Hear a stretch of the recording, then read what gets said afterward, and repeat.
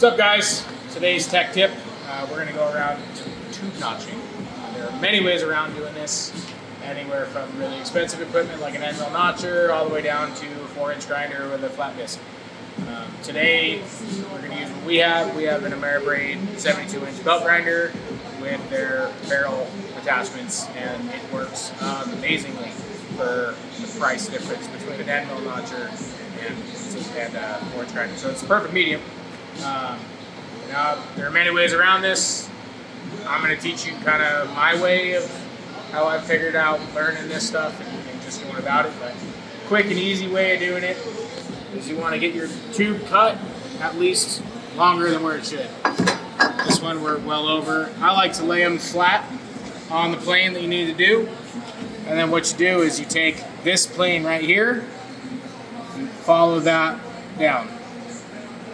And what helps a lot too is you're going to mark a straight line for your upright. So when you take it over to the belt grinder itself, you can have this up to your eyes and you can basically notch along your angled plane.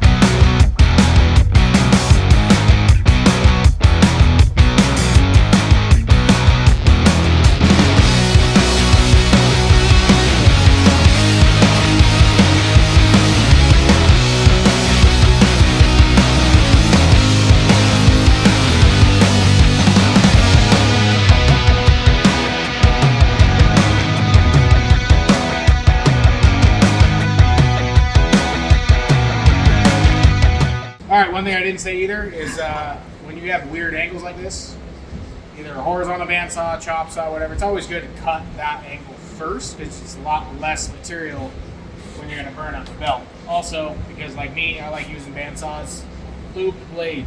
You can even use fruit tape. It works. Mike Finnegan proved that.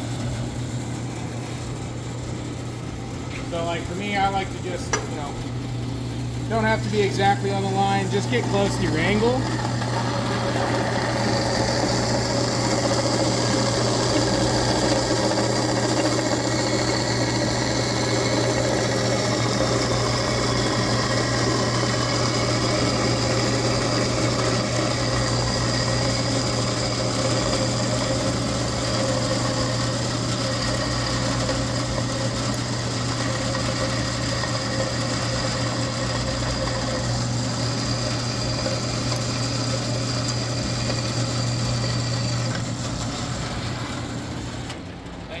Cut. So what you can do now is, I always like leaving this every little edge because it's already kind of notched. So now you have something to follow along with your barrel on the belt sander. So go ahead and fire this up in your Ameribraid. And then, like I said, point up so that way you know that's your reference. Your plane is going to be perpendicular to that.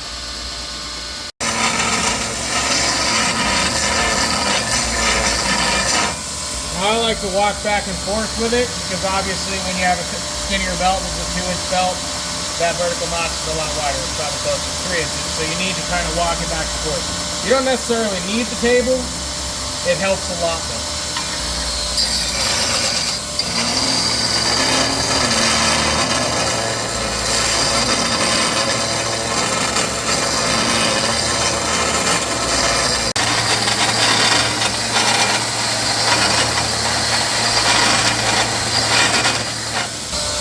I'm a little off center, so let's raise that up. I already have this somewhat notched, but the notch is off center. So what we're going to do is, takes a little more strength, but you can still do this without a table.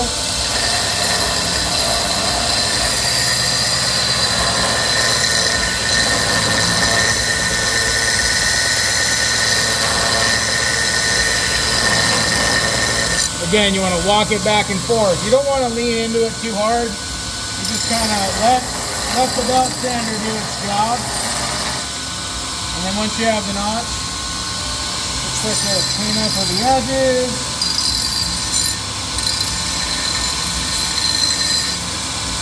And you're ready to go test fit it. Alright, so where we're at now is the biggest thing with notching tubes is you want to be on center of your tube. So we're going to land this right about here.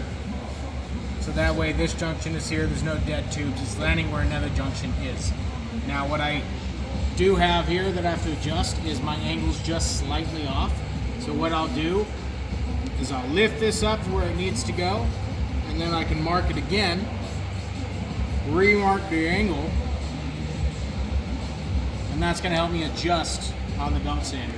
Now another thing that needs to be noted is when you're doing tube like this, you got to remember your angle is going to change when you actually go to this notch. So you kind of have to think ahead and adjust for the down angle of it. So when you drop the tube down to the other thing, your notch might be slightly different when you're changing that angle. So much like a tube like here, where on this edge, if we were notching that tube and by the time we drop the inside notch, that angle is going to change drastically. So you want to kind of account for that. And that just goes by experience, and really just the more you do, the more you learn. So just keep pushing, keep notching tubes, be aware that you're probably going to waste some material. It happens. No one's the best. So just keep practicing and be good at it. But what we'll do for now is, since I already know this angle needs to be adjusted, I already have that figured out, but now what I can do is at least mark this cut.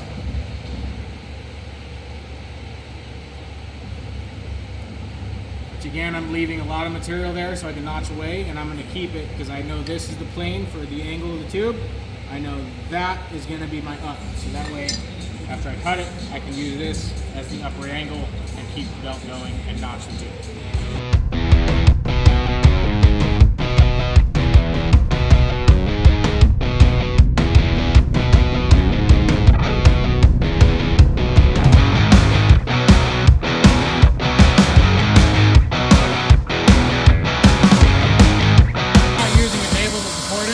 Thing you have your position. So this hand or dominant hand, keep it rested against the stomach, side, hold it there, and then you can kind of slowly work into it. It always helps to get a groove started. Check your center. Right now I'm off, as you can see.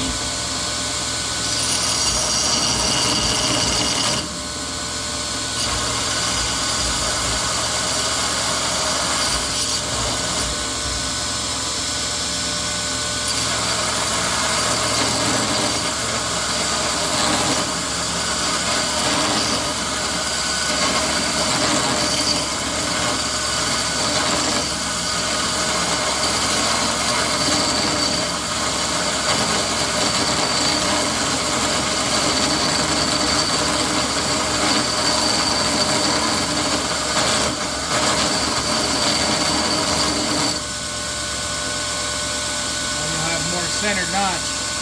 Always remember, it's easier to pull up than push down. So start low and pull up.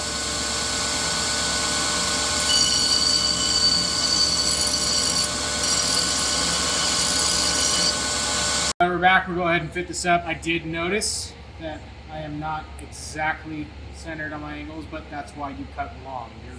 You're grinding in and reducing your risk of wasting tubing. Right now, we're still long by about probably a 1/4 inch, which is going to bring this down another 1/4 inch. We'll bring this closer in. But since we are off on our angles, now we can get this side fit up better. And then I can drop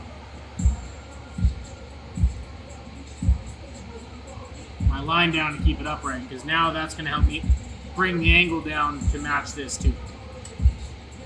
So one thing is our upward tube is actually 2 inch. We currently have an 1 3/4 die on.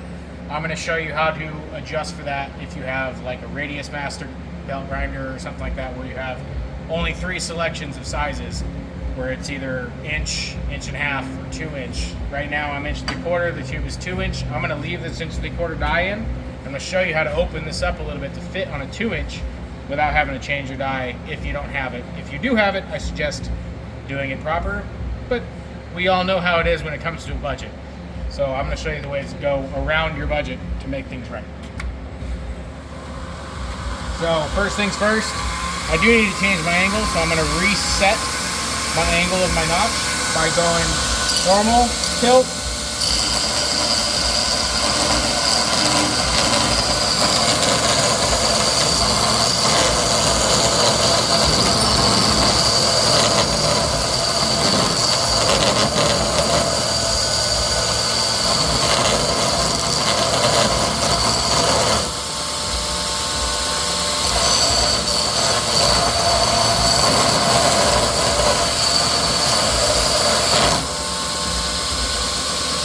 now our angle is set where we need it to be.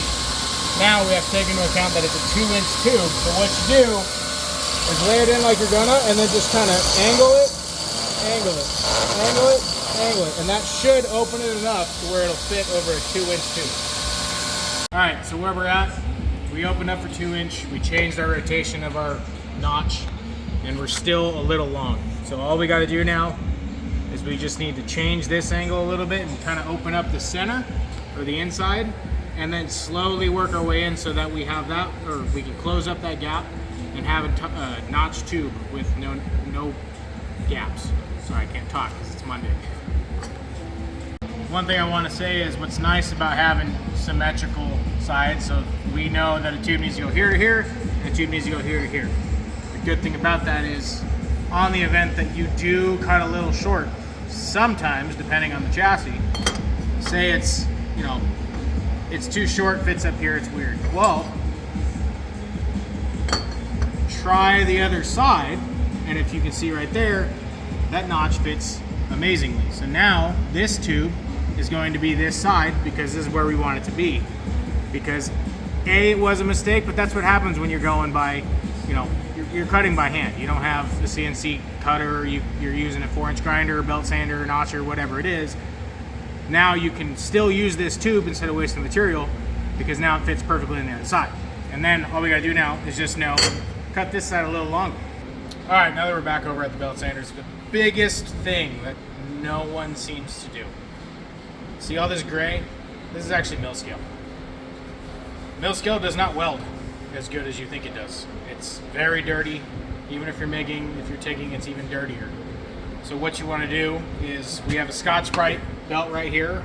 One of these, you can buy one for $100 at Harbor Freight. This one's a Jet, but easiest thing to do, fire it up.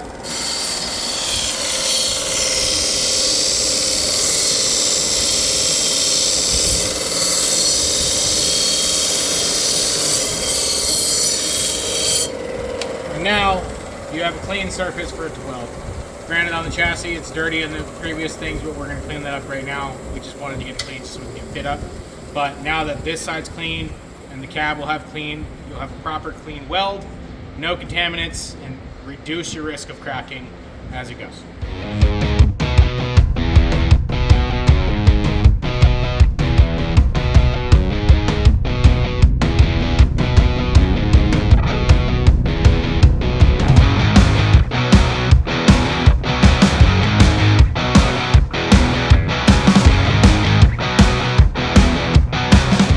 Hope you guys enjoyed this tech tip. Make sure to like, comment, and subscribe. Hopefully this keeps your project going in the garage, and make sure to do Hoodrat shit with your friends.